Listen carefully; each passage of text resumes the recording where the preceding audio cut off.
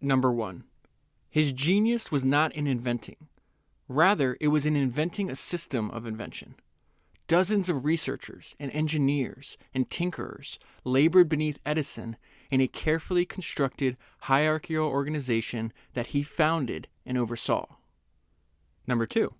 It has always seemed strange to me, the things that we admire in men, kindness and generosity, openness, honesty, understanding, and feeling, are the complements of failure in our system. And those traits that we detest, sharpness, greed, meanness, egotism, and self-interest, are the traits of success. And while men admire the quality of the first, they love the produce of the second.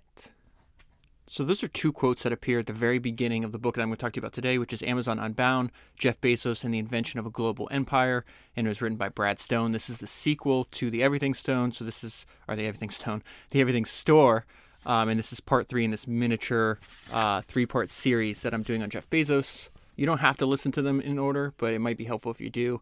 I think starting with the Everything Store before Amazon Unbound makes a lot of sense because it does go in sequential order. So a lot of what I found most interesting in the book and what I'm going to talk to you more about today is really there's a lot of quotes from Jeff Bezos that are occurring not only in public speeches but also internally in the company. And I think that's going to reveal a lot about how he thinks about building the company. And the reason I wanted to start with those 2 quotes, both are from actually novels. The first quote was from a fictional account of the race to electrify America, where Thomas Edison is obviously a central character in that. And I want to start with a quote that Jeff Bezos says that it could have easily come out of Thomas Edison's mouth over 100 years ago. And Jeff says, "Every interesting thing I've ever done, every important thing I've ever done, every beneficial thing I've ever done has been through a cascade of experiments and mistakes and failures. I'm covered in scar tissue as a result of this." And so what is the same thing if you go back and read the biography of Thomas Edison? I think I've done 2 or 3 books on him. It's the same thing that Jeff Bezos is saying, is that you grow through experimentation and the inevitable failure that occurs as a result. They both say it's not an experiment if you know the outcome of that experiment. And the only way you're going to grow is by taking a risk, by going into the unknown and saying, hey, I have an idea. I'm going to test this hypothesis I have. I know I'm going to eventually make a mistake, and then I'm going to learn from those mistakes, course correct, and move forward. And so we're going to see in Jeff's his philosophy on building business. Like what was so remarkable about reading this book is that you see a lot of the ideas that he developed when Amazon was just a company selling books, and then eventually just a company that focused on retail. He applies those same lessons and philosophies over and over again in developing all these different disparate business lines that Amazon has. And so by the end of this podcast, even if you've never read any other books on Jeff Bezos, you'll have an idea of how he thinks, his counterintuitive, unique way, and in some cases a very relentless and ruthless way, no doubt about it. He's a very, very extreme character, as you can see the second quote that's in the book. He has a lot of those traits, like a lot of the founders that we study. But the point I'm trying to make to you is that he just has a really consistent methodology of how he goes about experimenting, taking the experiments that are showing signs of success and relentlessly moving forward to make those small businesses into big businesses. So I'm going to just read some highlights here. This is the idea that you should develop your own metric of success. And this is something Jeff did at very early days. You can read his very first shareholder letter, and you're going to see his operating philosophy. So it says Bezos wanted to set his own metric for success without interference from impatient outsiders. So he encoded his operating philosophy in his first letter to shareholders. So this is the first letter for shareholders for Amazon. We're going to see that he also wrote a similar document for Blue Origin. It's a founding memo, and it hasn't been released. According to Brad Stone, it had never been released before this book, and so it's towards the end of this book. Vowing a focus not on immediate financial returns or on satisfying the myopic demands of Wall Street, but on increasing cash flow and the growing market share to generate value over the long term to loyal shareholders. So he takes that very same idea, the one that works for the retail business of Amazon, applies it to when they're developing the Echo, when they're developing the AWS, when they develop their ad business. Now, what's interesting to me is once you know, it's not like he's going to go on forever and be like, okay, we're not going to focus on immediate financial returns. Later on in the book, what I found one of the most interesting points was, even though he spends a lot of his time on new businesses, he is very attuned to the core businesses that are very mature, and let's take the retail business of Amazon. And when he sees it slipping, I'm going to use the word ruthless again because that word appears a lot. Ruthless is a good way to think about his approach, but he will not let them take the financial success and the higher margin of his higher margin newer businesses and let rest on their laurels and allow them to lose ground they already made up over 2 decades. That'll make more sense when we get to that to that part later. So this book also tells us about a lot of the people that Jeff keeps around him, the people he chooses to promote, and you can tell a lot about the traits that Jeff admires by who he keeps around him, who he promotes, and one of them is this guy named Jeff Wilk, who I think just retired actually. Wilk was a lot like Bezos. Precocious, ambitious, and focused on satisfying customers over just about everything else, including the feelings of his employees. And so this is an example. They're talking about the Kindle, about how crazy it was that they even started working on the Kindle, considering they were losing money at the time on their main businesses. Like, why are we going to go and now try to build hardware? And really, this sentence I'm about to read to you it's Jeff's understanding that you're never going to grow if you're only working on things that you already know how to do. So his point is you have to learn how to do these things. Of course it's supposed to be hard. Anything worth doing is hard. So he says colleagues thought it was crazy for the money-losing Amazon to make gadgets. Now here's a quote from Bezos. I absolutely know it's hard, but we'll learn how to do it. Another thing that I've learned from Jeff is the importance of whether it's the entire company, a small group that you're leading. I would even say this could apply to your friends and even family, but it's really important to have a shared base of knowledge. And so there's going to be many examples of when Jeff reads something he thinks is important, he makes sure that his executive team, the people he's working with on the project, are also on the same page. And so this quick part is really the importance of having a shared base of knowledge and always looking for a better way. Jeff was a ravenous reader, leading senior executives in discussion on books like Clayton Christensen's The Innovator's Dilemma, and he had an utter aversion to doing anything conventionally. So the author calls the early days of Amazon, when they transitioned from just a retailer, at the time they were selling books, CDs, and movies, or DVDs, I think, and then they transformed from that company into a full-blown technology company with all these different business lines. And he talks about it's one of the greatest turnaround stories ever. And what I thought was interesting is a decade past that experience, and now having a wildly successful company, Jeff doesn't ever want to forget this. This is very similar. Warren Buffett keeps newspaper clippings from the Great Depression on his office wall as a constant reminder to how bad things can get. And we see Jeff taking that same idea. He says, while he had triumphed against enormous odds, Jeff preferred those negative articles, like the old Amazon.bomb cover story, to be posted on his office walls so that he and his colleagues would remain frightened and motivated. This is something that we're going to see that he repeats over and over again. I'm going to read the sentence first, and I'll tell you what I mean by that. If Bezos took one leadership principle, so Amazon famously has 14 leadership principles. I talked about it a lot in the bonus episode on working backwards that came out a few days ago. So I'm just going to skip over to the most important one. So if he took one leadership principle most to heart, which would define the next half decade at Amazon, it was the principle number 8, think big. This is the quote from the leadership principles. Thinking small is a self-fulfilling prophecy. Leaders create and communicate a bold direction that inspires results. They think differently and look around corners for new ways to serve customers. So bigger, bold, gasoline. That's too conservative. These are quotes from Jeff that you're going to see over and over again. They're repeated. The gasoline will make more sense because as I continue to give you examples of, he runs a ton of experiments within Amazon. Most of them won't work. The ones that show small signs or little sparks that they're going to work, then his role is to go in there and push you harder than you've ever been pushed. And he uses the same strategy he used for the Amazon retail business. Get big fast. And so he pours gasoline, and sometimes that's pushing you harder. Sometimes that's literally giving you unlimited financial resources to turn that little success into a giant success. So he's constantly pushing people to think bold, think bigger, pour gasoline on your successes, and then he'll chastise you if you're in a meeting with him. He's like, this is too conservative. This is not what Amazon exists to do. And so one example of that, he says he's meeting with, so he has these TAs. They call him technical advisor. That's a terrible name in my opinion.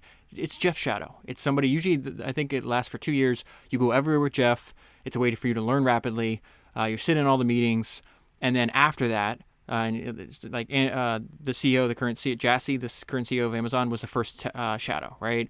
The guy, one of the co-authors that wrote Working Backwards, was another shadow. So now this is the guy that's going to run what Jeff has this idea for a screenless voice computer.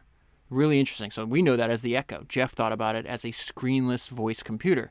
So one of his shadows, he's going to put in charge after the 10 years up of doing this, of developing Jeff's idea. And so in this like one paragraph, maybe 2 paragraphs, we see a lot of how Jeff thinks about new businesses. And that's really why I want to spend a lot of time talking to you about today, because the ideas that Jeff uses to develop new businesses are ones that we can use in whatever that we're working on.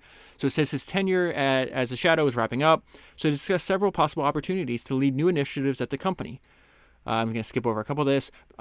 Jeff jotted their ideas down on a whiteboard, adding a few of his own, and then started to apply his usual criteria to assess their merit. If they work, will they grow to become big businesses? These are all questions they're asking themselves in this meeting, right? If the company didn't pursue them aggressively now, would it miss an opportunity? I'm going to pause there. This is actually something a trend that you see if you read the book, that a lot of Jeff likes to start discussions with a question. It's really interesting. And I'll show you some examples why that's so effective in a couple of different examples in these meetings that he's having.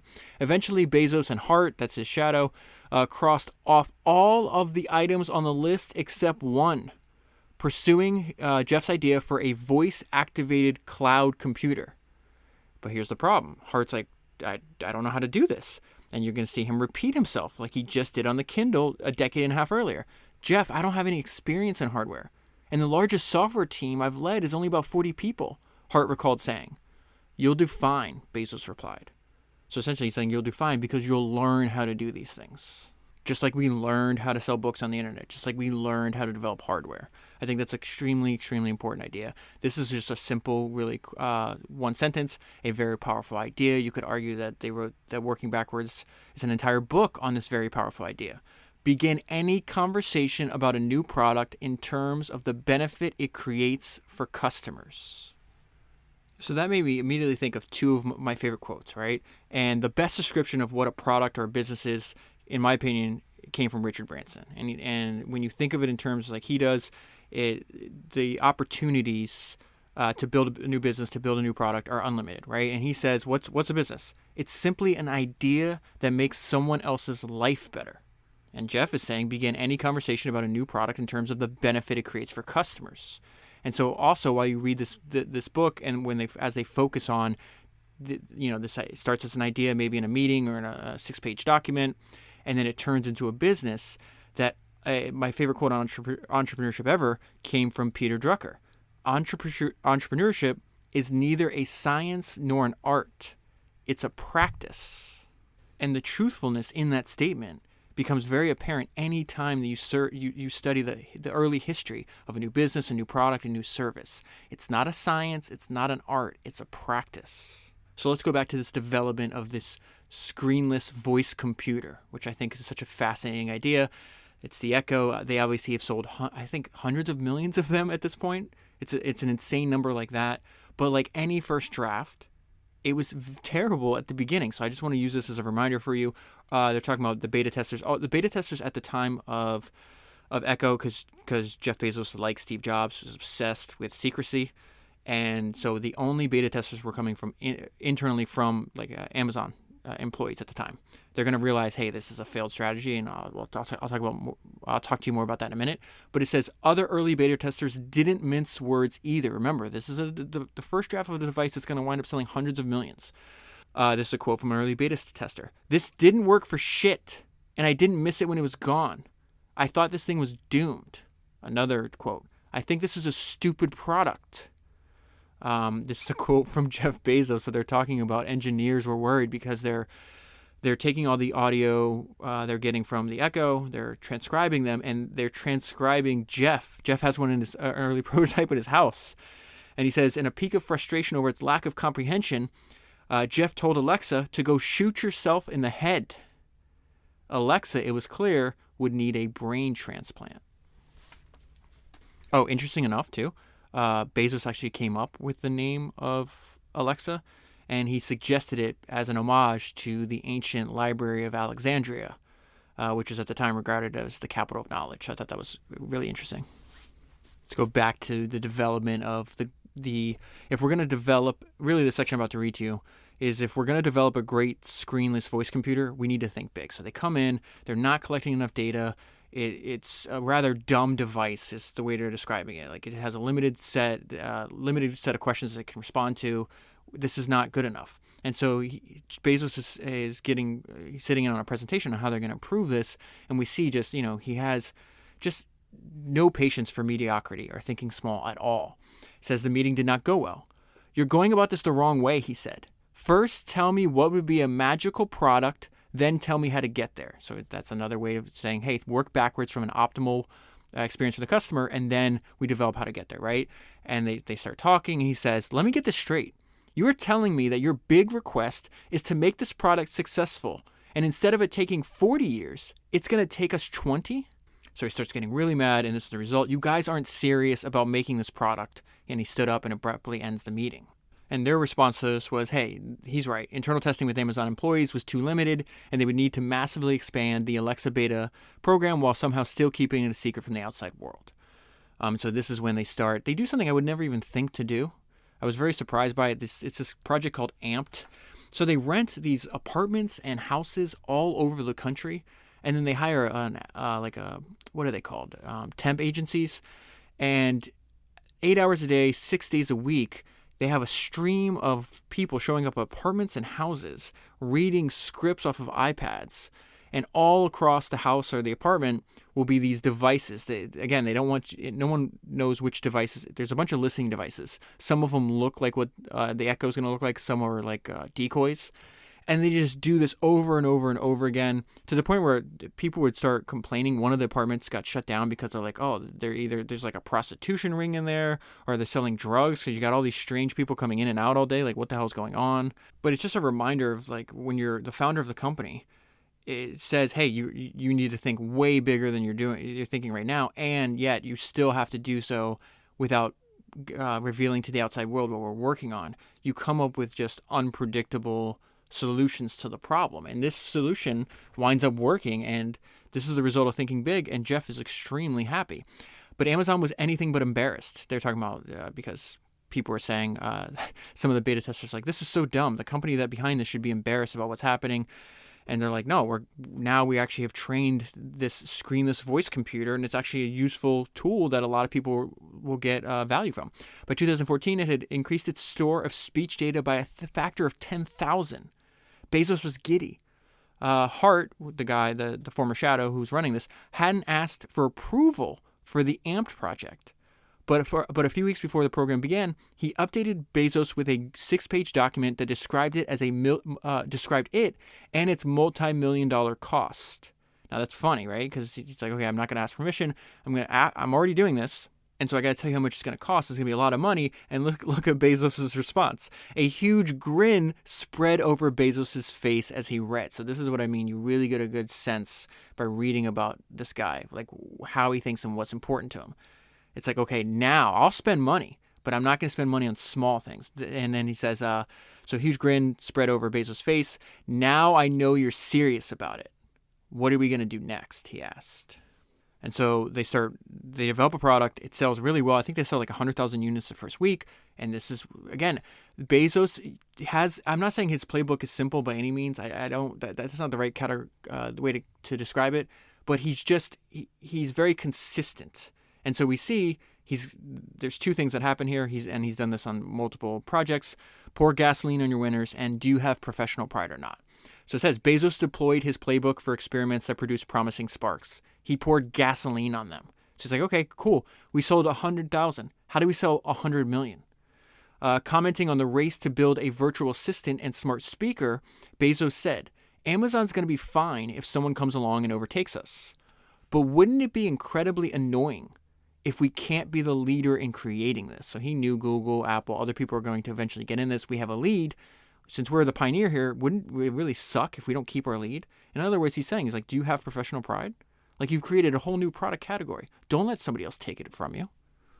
And so a year later, what's the result? Over the course of the 2015 holiday season, Amazon sold 1 million Echo devices. Alexa's division-wide motto became "Get Big Fast," the same slogan used in the early years for Amazon. History was repeating itself. An organization of a few hundred employees swelled to 1,000 in the first year after the launch, and then incredibly to 10,000 over the next 5 years. Through it all, like a crazed pyromaniac, Bezos kept spraying lighter fluid on the fire. And so I want to share another story with you. This is, good ideas come from everywhere. And one of the greatest ideas that I thought they talked about in the book, Working Backwards, is the fact that anybody can email Jeff. He has a public email address, jeff@amazon.com. And he's got a team siphoning through this. He reads some of them as well, but a lot of the decisions they make and improvements they make from their product come from people that are buying them and realizing, hey, there could be better ways to do this. So this is you can actually put this idea in stone if you want to actually hire somebody who could do this. I mean, you probably get better ideas just from seeking it from your customers. But the founder of Sony, Akio Morita, in the early days of Sony, he hired a paid critic, somebody that had a passion. He kept getting messages from this. He was, I think, a music student at the time, and he was a big believer in Sony. He was like, this is not good enough. You could do better. And so eventually he's like, hey, do you want a job? And I want you to attack with a critic's ear, right? Attack the weaknesses of our product. Tell us the weaknesses you find that we may be missing. And that guy, I forgot his name, but he winds up becoming the president of Sony one day. It was a remarkable story. I covered that on, I think it's like Founders 102. Made in Japan, Sony and Akio Morita, I think is the name of the book. Fascinating. But anyways, customer anecdotes are valuable sources of intelligence is essentially what I'm telling you here. And so at the time, they're only selling Alexa devices in English-speaking countries, even if it's not a primary English-speaking country, there's people in those countries that speak English. So they get an email. It says in early 2017, a Swedish customer emailed Bezos to ask why Amazon was waiting to develop language-specific versions of Alexa before introducing the Echo in Europe. Why couldn't they just sell it everywhere in English first? And this is where we see how fast Bezos moves. Bezos got that email at 2 a.m.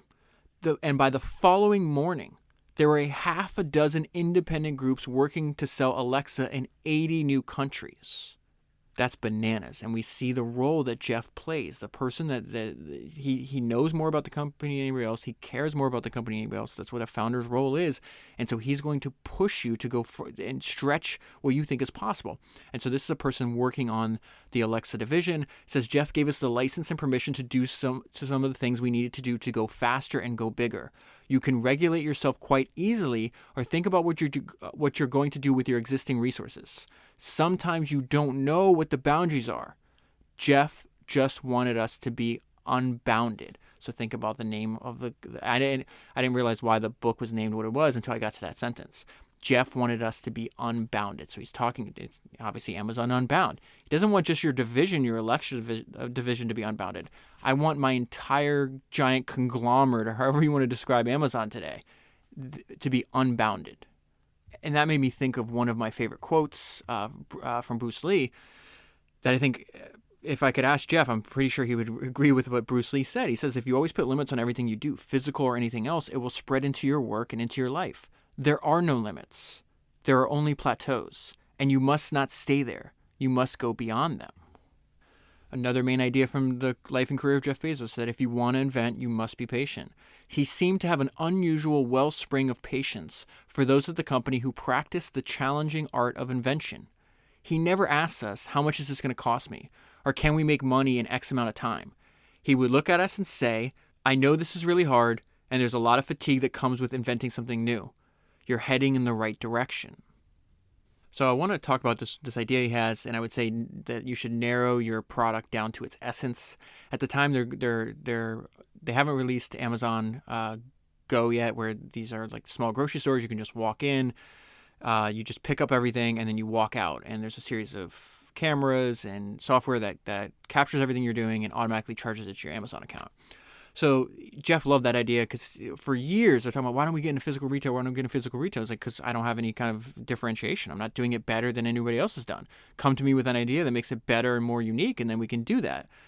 And they build these, in Seattle, they build these prototypes, these giant warehouses, and you go in and it's like testing the customer experience before you open the stores, right? And so Jeff goes through this and he realizes, oh, okay. And this is really fascinating, the fact that he could pick up on this when you have dozens, maybe hundreds of smart people working on this and they missed it. So again, think about the section as narrow your product down to its essence. What is the most valuable part of your product? Just focus on that. He told them that while all they had done was a fine job, the experience was too complicated. Customers would have to wait in line for meat and seafood and fruit to be weighed and added to their bill, which contrasted with the store's major selling point, the absence of time-wasting queues. He felt the magic was walking out without waiting. The physical this is such a unique idea that he has here. It's the physical equivalent of Amazon's one-click ordering system. And he wanted to focus the effort on that with a smaller and simpler experience. So he says, you're almost there. You had it right, but then you added this extra complicated layer that goes against what your main value proposition to the customer is. Just get rid of it. They can go buy seafood and meat elsewhere. Here's a quote from Jeff that tells you all you need to know about his personality and the way he's going to run his company. If I have to choose between agreement and conflict, I'll take conflict every time. It always yields a better result. Another great idea. So this is, I'm still in the section about developing Amazon Go, but they use this idea over and over again. And it's saying, hey, you got a project that's inside your company that's moving too slow. Set up another team with the same goal and have them compete. So it says Bezos was getting impatient. Despite 3 years of work, Amazon hadn't opened a single store. So in the peculiar fashion of invention at Amazon, they created separate teams to pursue the singular goal of bringing the company into the vast realm of physical retail. Bezos liked to say Amazon was stubborn on vision but flexible on details. And here was an illustration. Groups working on parallel tracks would essentially compete to fulfill the just walk out ideal and solve the problem of the cashier-less store. Another simple sentence that tells you a lot about his personality. Jeff is the master of this isn't working today, but could work tomorrow.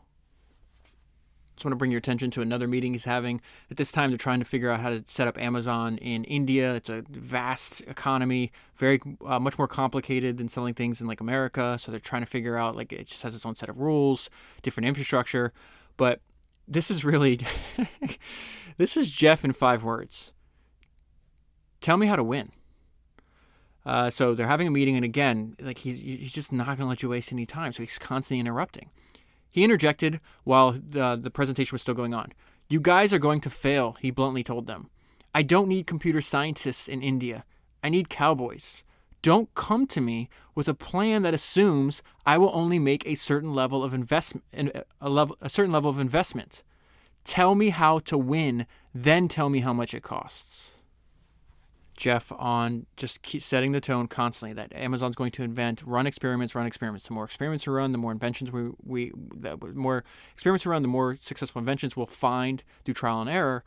So he talks about the idea of the one-way door and two-way doors. One-way door decision, you have to spend a lot of time planning because there's no going back. It's like decision to what you want to work on, right? Think about that deeply. Who your spouse is going to be, whether you're going to have kids or not. All these things, they're not easily reversible. Two-way doors, you just go down a path like, oh, not working. Okay, I'll back up. So his point is like, listen, you have most of your decisions are two-way door decisions. So stop planning and start speeding up your experiments. There are 2 ways of building a business. This is a direct quote from him, by the way. There are 2 ways of building a business. Many times you aim, and then shoot. Or you can shoot, and then aim a little bit. That is what you want to do here. Don't spend a lot of time on analysis and precision. Keep trying stuff. Another main idea from Jeff is you don't want to give your competitors any valuable information. So at this point, I think AWS has been around for almost a decade. They kept the financial results of AWS hidden, and they did so intentionally because they're like, oh my God, we're printing money. We don't want to invite competition in this. So it says in October 2014, former Microsoft CEO Steve Ballmer appeared on the talk show Charlie Rose and threw serious shade at Amazon. I don't know what to say about Amazon. I like Amazon, nice company, but they make no money, Charlie. In my world, you're not a real business until you make some money. And what Steve didn't know at that time is they had a secret business that was printing money, and that was intentionally that he doesn't want Steve or anybody else to know.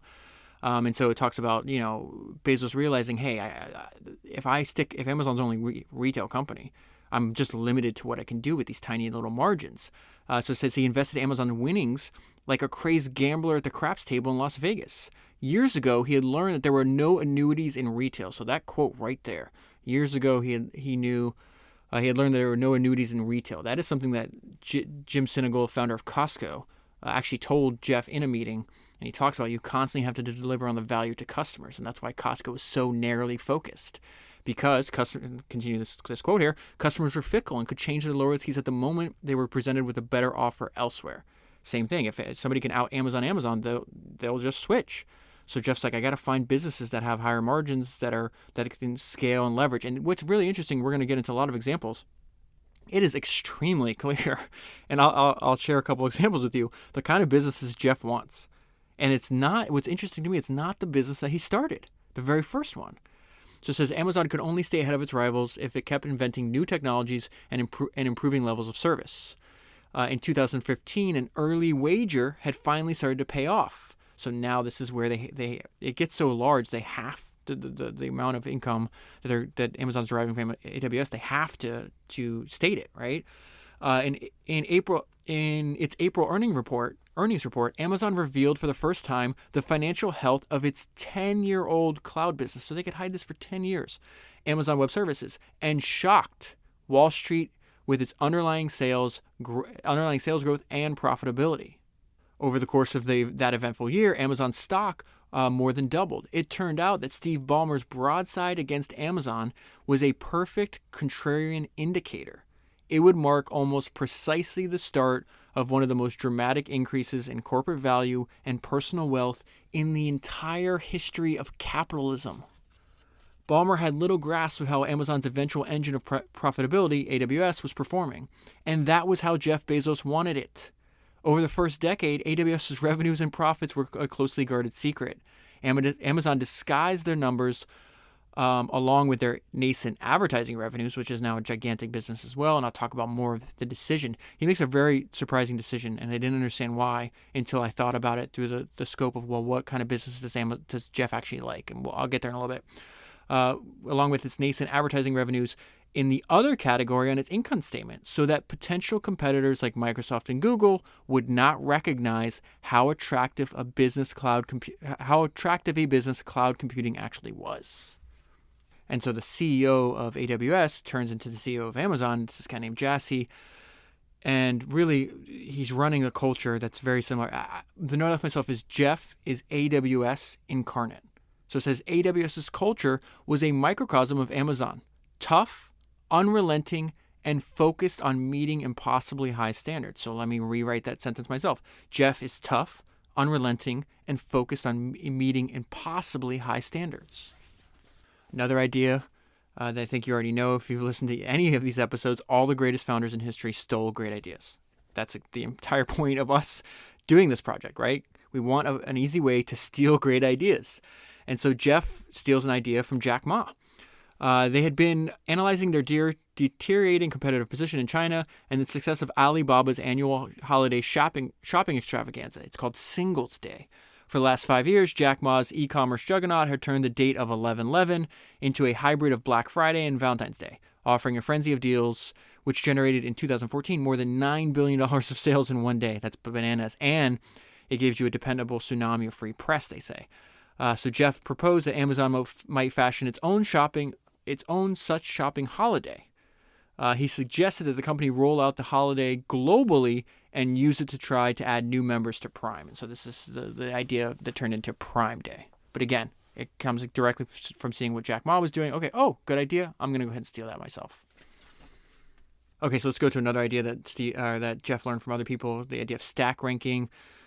Jack Welch have used this. Steve Jobs used a similar system. It's a way to constantly eliminate the bottom performers in your company and keep bringing in better performers over time. The idea is that if you do this over time, the overall level of quality of employee increases.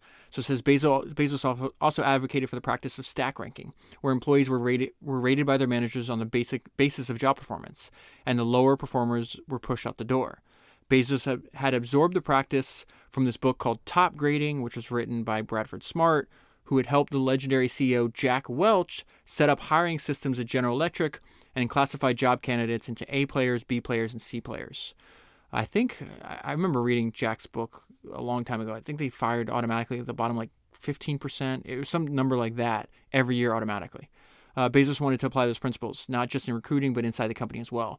And this is his reason, Bezos suspected that managers couldn't be counted on to voluntarily embrace the hassle of additional hiring and feared that a tolerance for mediocre performers would spread through the company and erode the day one mentality.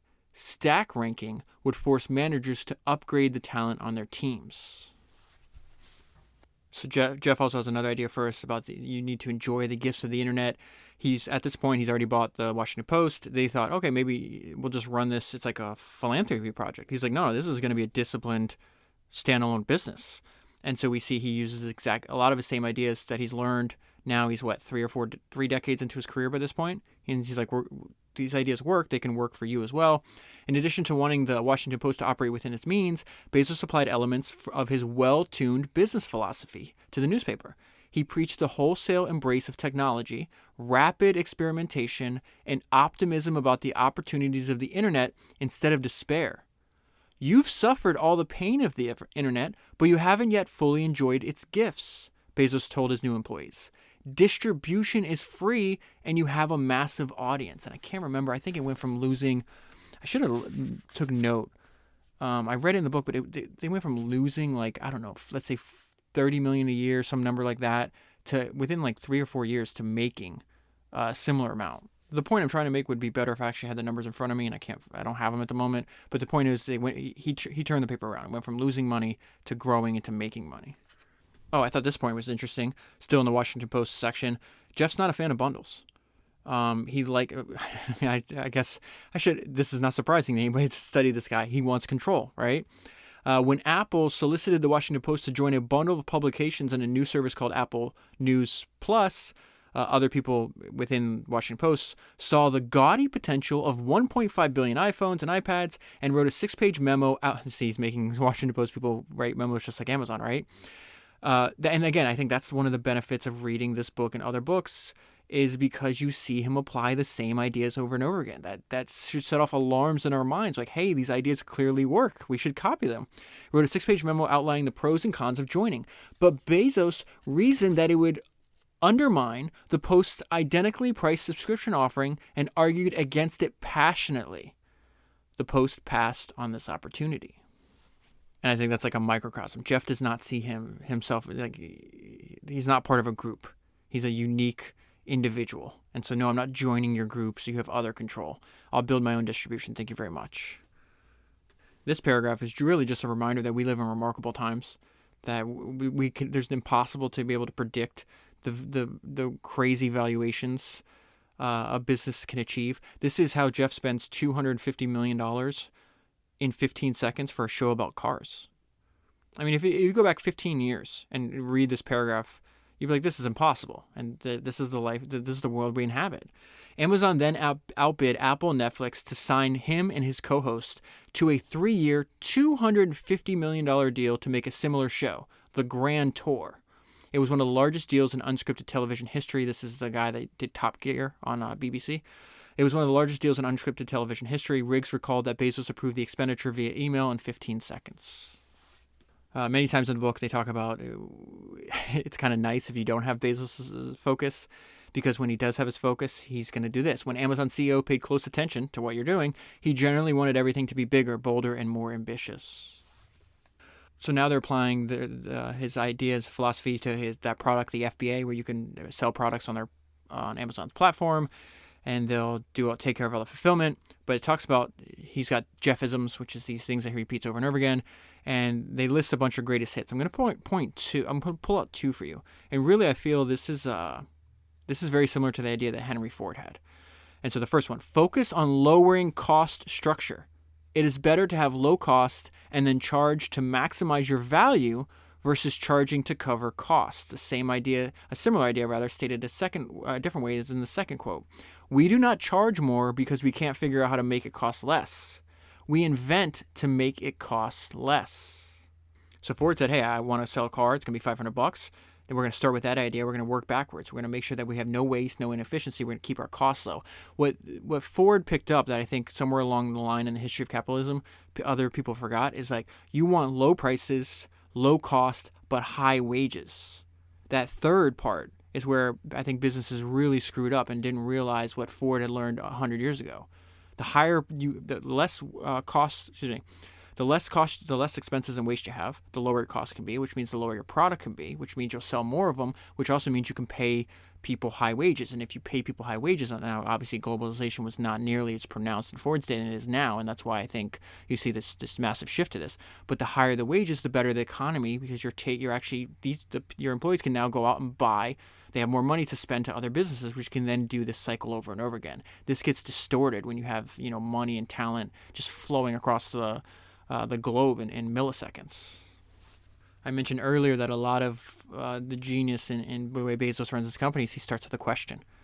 And this is, how would you get 1 million sellers? So this is their third-party business still. Bezos was frustrated by its lack of progress and tore up the team's document. He's constantly doing this. And demanded a more ambitious rewrites. How would you get 1 million sellers into this marketplace? He asked. So he's saying, you're not ambitious enough, start with that. The guy running the business says he understood that there's only one answer to Bezos' interview question. You couldn't possibly reach out to sellers and recruit 1 million of them one by one. You have to build a machine that would have to be self-service. That's a one trait you'll see over and over again that the businesses Bezos loves. Self-service, self-service, self-service. We want revenue to grow way faster than headcount. That's going to give us leverage because the more revenue we have, the more we can invent, and it's that huge cycle over and over again. He talks about this constantly. You have to build a machine that would have to be self-service, and sellers would have to come to Amazon instead of the other way around. So he's saying the product is called Seller Central. You have to rebuild Seller Central, the website for third-party merchants, giving merchants the ability to easily list their products, set prices, and run promotions, all with a minimum of oversight by Amazon employees. So in this next paragraph, we see this is a description of what Bezos likes. He likes a business that is self-service, where revenue grows faster than headcount. Bezos was delighted by the progress. That year, for the first time, the value of goods sold through the marketplace surpassed sales from Amazon's retail side. Best of all, since the business was largely self-service, revenues were growing faster than headcounts. Finally, a business that is able to get some leverage after it becomes successful, Bezos said. Holding the 6-page narrative to his chest, he said, I'm going to take this document home and sleep with it. So let's continue on this theme, and we have an understanding of why he wants this.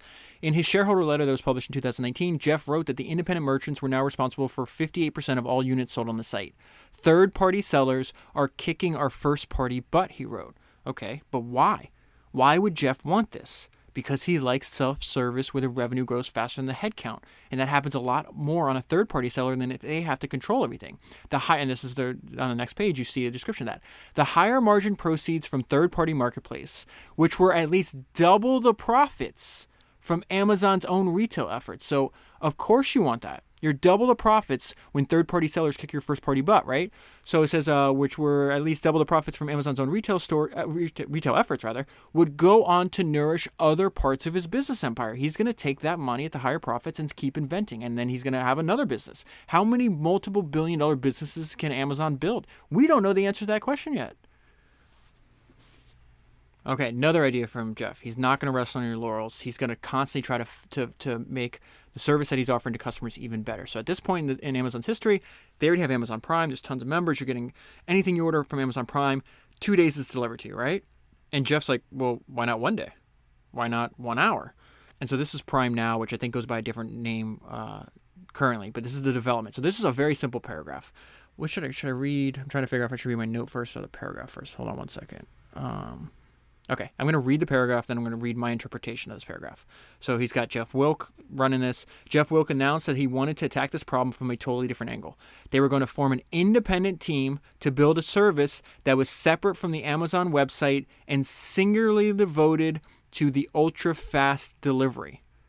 So we've seen this again. Separate team, going to compete against us, ourselves, and it's going to have one goal and one leader, right? Ultra-fast delivery. The goal... And then this next part I can't leave off. The goal was to launch it with 100 days. So let me tell you the interpretation of what's happening, what I wrote to myself here. They're trying to take something that is already successful and make it more successful. So they're trying to take Prime and make it even better, right? So step one, let's give it one goal. which is ultra fast delivery. Step 2, set it up outside your company and have it attack your existing product. This goes back to the Edwin Land quote, one of the by far one of the most important and intelligent entrepreneurs to ever live, the founder of Polaroid, the person that Steve Jobs modeled much of his career after, and he said, somebody's going to make your product obsolete. Make sure it's you. So number 2, set it up outside your company and have it attack your existing product. Number 3, give it an ambitious deadline to force it to go fast. They wind up hitting this. It's like instead of 100 days, it's like 108 or 111 days. It's remarkable. I'm going to read a sentence in this development. Again, I've already repeated this. It's important. People, like, most of the job of a founder is going to be repeating themselves for a decade. Bezos was reviewing everything and issuing one constant edict: go faster. Another reminder that good ideas that work in one business are transferable to another. This is Jeff. He's buying all these companies, but then he lets the CEO just run them by themselves. This is exactly what Warren Buffett does. One thing Amazon didn't do was to turn over the Whole Foods management team. Bezos often allowed acquired companies and their eccentric CEOs to operate autonomously. And why? Because he preferred to learn from their experience and harvest the data and business lessons that emerged. In other words, they give him leverage. Oh, this is amazing. This is how to make $500 million leasing airplanes. There's this huge, think about the fight for the last mile delivery, right? They're using UPS, they're using FedEx, they're using United States Postal Service, they're using like independent contractors to deliver things, some of which are in vans, and they realize that Amazon has more ambitious goals to get things faster to customers than even like their main suppliers. So they're like, we need to build our own freaking airline, like our own air system. But Bezos doesn't want to own the planes. He doesn't want to get like into like the pilot union workforce and all the other stuff.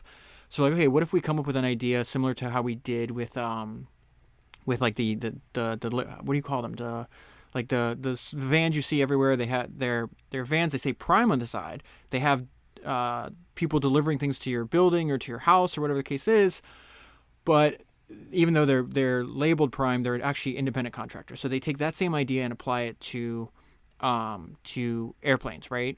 But then they find a way to actually they wind up investing in these companies and make so much money in the investment that essentially it pays for itself. So it says, in the spring of 2016, Amazon announced it was leasing 40 Boeing 767s from a pair of airlines. So 2 airlines called ATSG and another one called Atlas. The airlines would continue to maintain and operate the aircraft, but the planes would be rebranded with the Prime Air logo and requisitioned into Amazon service for a period of 5 to 10 years. As part of those deals, Amazon purchased warrants to buy 19% of ATSG stock and 20% of Atlas's parent company. Amazon knew that investors in those companies would be excited by the partnership with the e-commerce giant and would want to participate in the upside. Sure enough, after each company announced the news, their stock prices soared. So they wind up getting an email from Jeff. Fantastic job. That's how it's done, he said. Amazon had simultaneously achieved its goal of securing exclusive access to air routes and earned nearly $500 million on its investments. Okay, this is what I referenced earlier. I just looked it up. Amazon made around $20 billion from ads in 2020. The year before, they made $9 billion.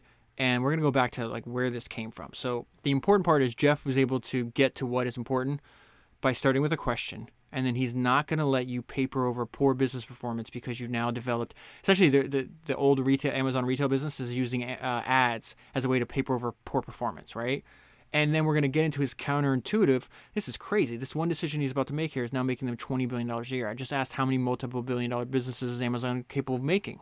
We might need a couple more decades to answer that question. This is bananas. Executives later wondered whether Bezos planned the ambush before or reacted when reading the document.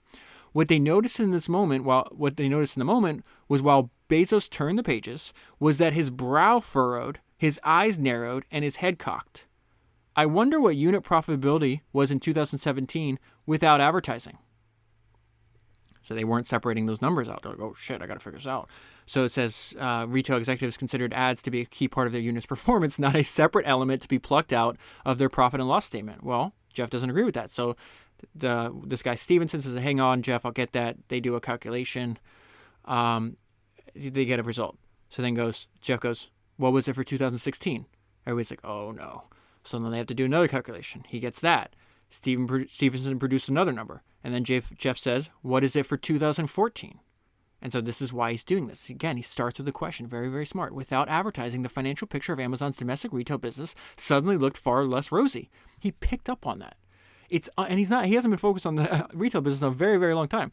Its underlying economic health had actually been deteriorating. So they're hiding that. I don't know if I'm not saying they're doing it intentionally, but they're hiding that because you have this huge growth in this high profit, self-serve business, which is the advertising, which again is why Jeff's about to make the decision he's going to make. Remember, we know what kind of businesses he likes, right?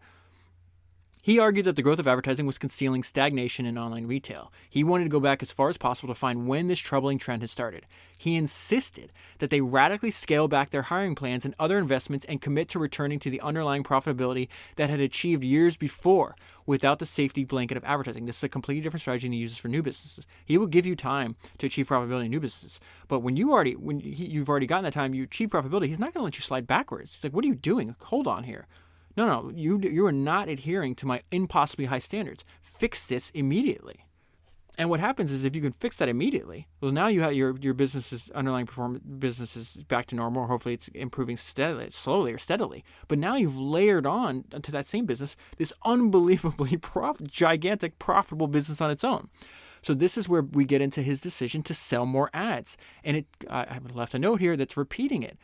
It tells us about the businesses he loves. They're self-service, they're higher margin, and then he's going to use that money to as leverage. He's going to use that money as leverage to invent more products. When sponsored ads, so they're running tests and they realize what happens when you put sponsored ads on the Amazon product pages when you're searching for something, right? And this was a surprising decision he makes because it lowers purchases, but not if you understand that what the businesses he really wants. When sponsored ads were prominently displayed, there was a small, statistically detectable short-term decline in the number of customers who ended up making a purchase. While they would almost certainly be collateral damage because there were fewer customers finding what they wanted, sponsored products also made money, a lot of it. And in that respect, Bezos' decision whether to expand ads to the top of all search queries also consisted of a single word. Yes, Amazon should continue to expand the percentage. Remember, I'm going to stop myself here. I'm going to read his answer, right? And just think about it in the context. Last year, or 2020, they did $21 billion. 2019, they did $9 billion. Who the hell knows what the size of this business is going to get, right? Seems to me online advertising is not going to slow down anytime soon, right? So he says, yes, Amazon should continue. He's making this decision. Is this 2017? 2018? It's a few years ago, okay? And now we're seeing the effects of this decision. This is the point I'm trying to make to you. Yes, Amazon should continue to expand the percentage of search results that included sponsored listings. Yes, it should increase the number of sponsored listings on each page of search results, even if that meant a small corresponding drop-off in customer clicks. That was the part I was like, I didn't understand until I put it into the context of what he likes. Search ads had all the business characteristics that Bezos loved. Customers weren't transported off Amazon when they clicked, but were sent to individual product pages where they make purchases. The system was largely self-service, and once the technology was in place, search ads would produce tremendous leverage and a huge windfall that Bezos could use to finance new inventions, also known as new businesses. And if you have a playbook that you develop over multiple decades that you know works, then of course I'm going to keep using this playbook to build and see how many friggin' businesses I can build with it. Moving ads to the top of search pages was a game changer. Sponsored products would be nothing close to what it is today if that decision wasn't made and Jeff was the one who signed off on it. Now, I want to skip ahead to a couple ideas. I've already done an entire podcast on the competition between Elon Musk and Jeff Bezos on SpaceX and Blue Origin. There's one chapter in this book on Blue Origin. I'm going to pull out a couple things here. I think that's Founders number 38 if you haven't gone back and listened to it. I think it's interesting. But Bezos, one thing was surprising. Bezos, Gwynne Shotwell is like Elon's like right-hand woman in SpaceX. Bezos tried making her the CEO of Blue Origin. She said no. So he says he wanted to look for something Blue Origin never had in its history, a CEO. The process included reaching out to Shotwell, and who quickly rebuffed it. But I want to go back to this, or not go back. I want to go to his origin memo, his Blue Origin memo. It's like a founding document, which is very interesting as Amazon's adhered to their founding document. He realizes the principles in my founding document for Blue Origin, based on what I'm seeing SpaceX accomplish and we're not. We have to I'm going to read the document, but understand that really the main point is that Bezos also is going to react to new information. It's like, okay, we need a different philosophy here. In June 2004, he wrote an 800-word memo. It's called a welcome letter. So it was given to every new employee, and it's never been revealed publicly up until now. We are a small team committed to seeding an enduring human presence in space. Blue will pursue this long-term objective patiently, step by step. He described releasing new versions of its rockets at 6 months intervals.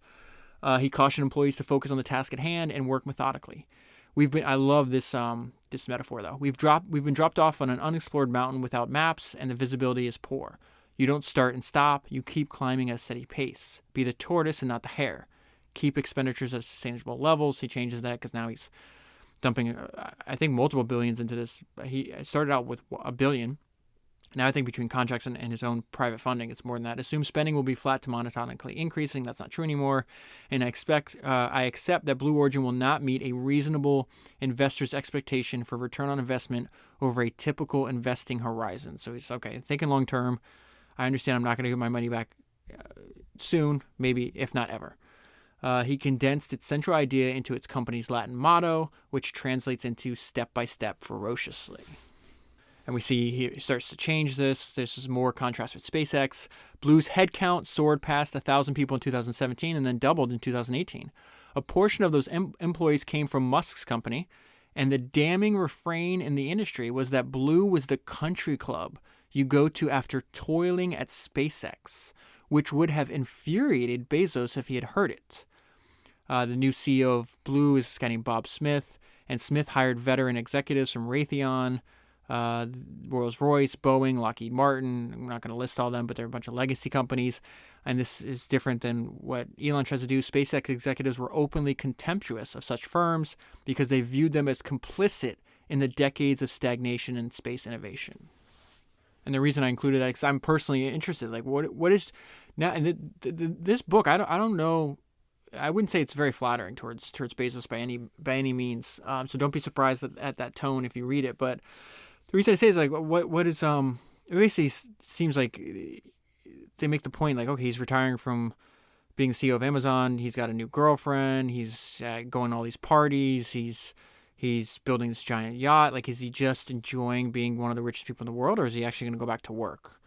What I'm most interested in, he says in the book that the most important work he's doing is his space company. I'm very curious if he dedicates more of his actual physical presence, because before he retires from Amazon, he's doing like a 1 day a week kind of thing.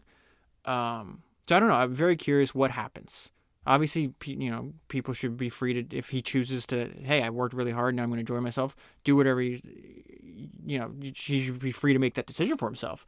But I'd be very curious if he says, no, he's just this crazy, relentless, driven person, which he seems to me to be, and he says, I'm going all in on this. But we'll have to see.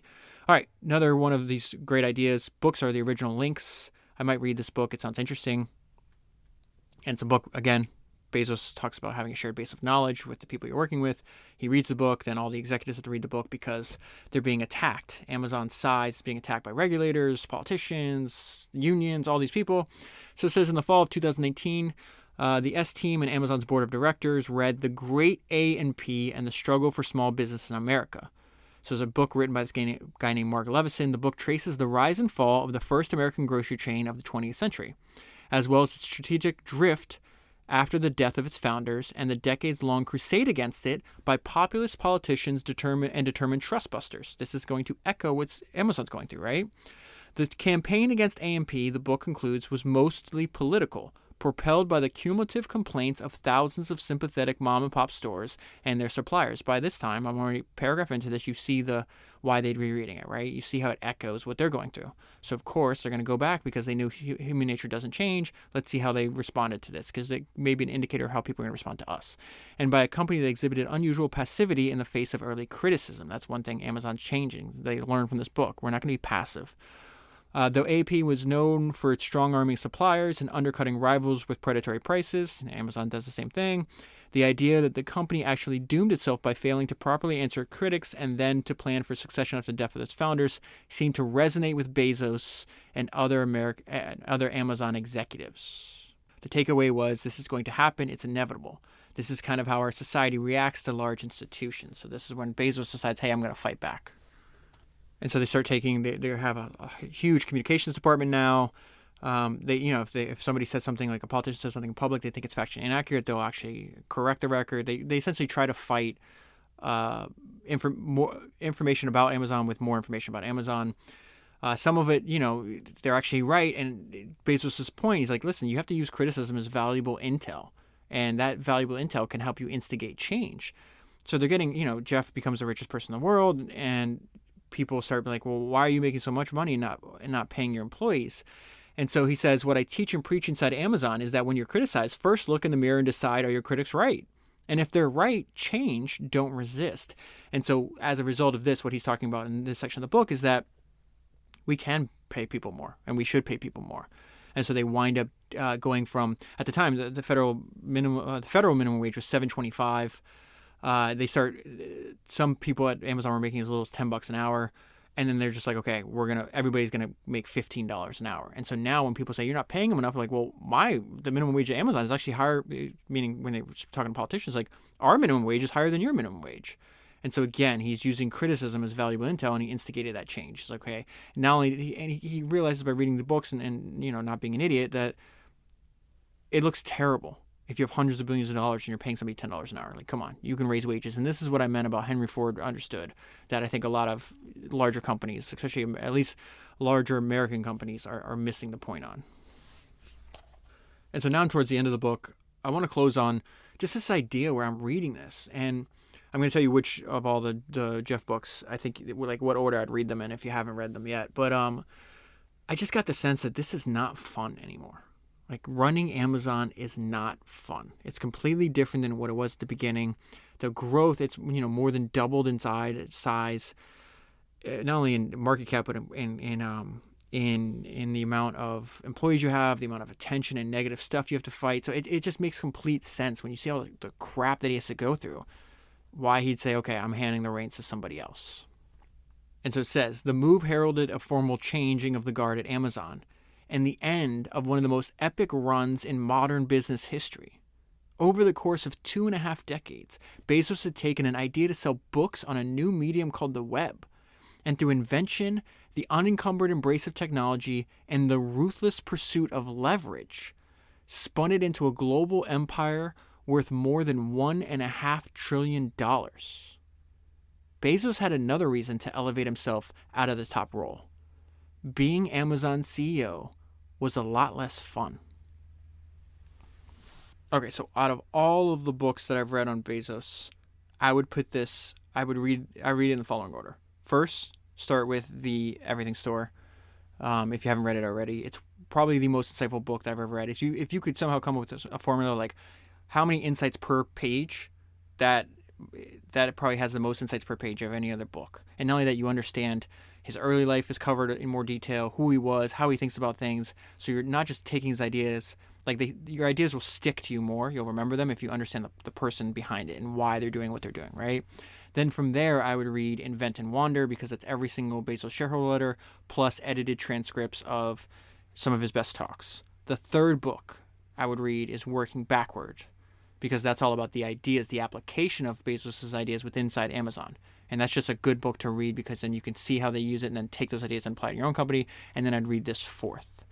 So if you've already read all those other books and you want to buy this book and support the podcast at the same time, buy the book using the links in the show notes in your podcast player, and you are supporting the podcast at the same time.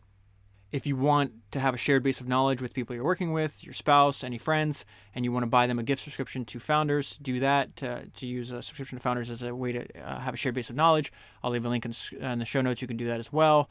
And that is that makes what am I at? 100, I'm pretty sure 180 books down, 1,000 to go. Thank you for your time and attention. I'll talk to you again soon.